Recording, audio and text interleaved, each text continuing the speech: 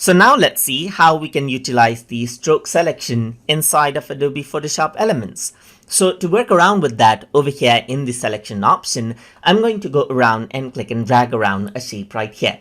So once I do that, I'm going to go around over here in the edit menu right here, and then over here you can see stroke outline selection is an option. So once I do that, you can go around and choose the width of the stroke right here. So let's say I'm going to make it 10 pixel right here, and in color I'm going to go around and choose a color that I want, and I'm going to press OK.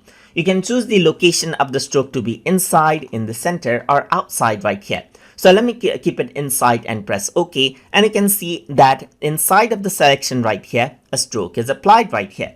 Let me just go around over here onto the edit option again, that is the edit menu, and go to stroke once more. So over here I'm going to choose a different color, and let me just go around and keep this one outside and press OK, and now you can see that the stroke is outside of the selection right there.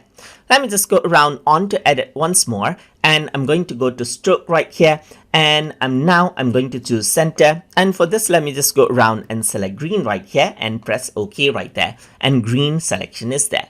So I'm going to go around over here onto stroke again, and in this case I'm going to make the width, let's say for example 40 pixel right now, and on the blending mode I'm going to go around and let's say I'm going to choose multiply. So over here in the color I'm going to select yellow, and now I'm going to keep it in the center as you can see right here, and keep the opacity to 100 itself and press OK, and now you can see that the stroke is applied, but the blending mode is applied as well onto the color beneath it, and that is how the stroke applying tool, that is the stroke selection, works inside of Adobe Photoshop Elements. So hope you guys learned something as always, and as always please like, comment, share and subscribe.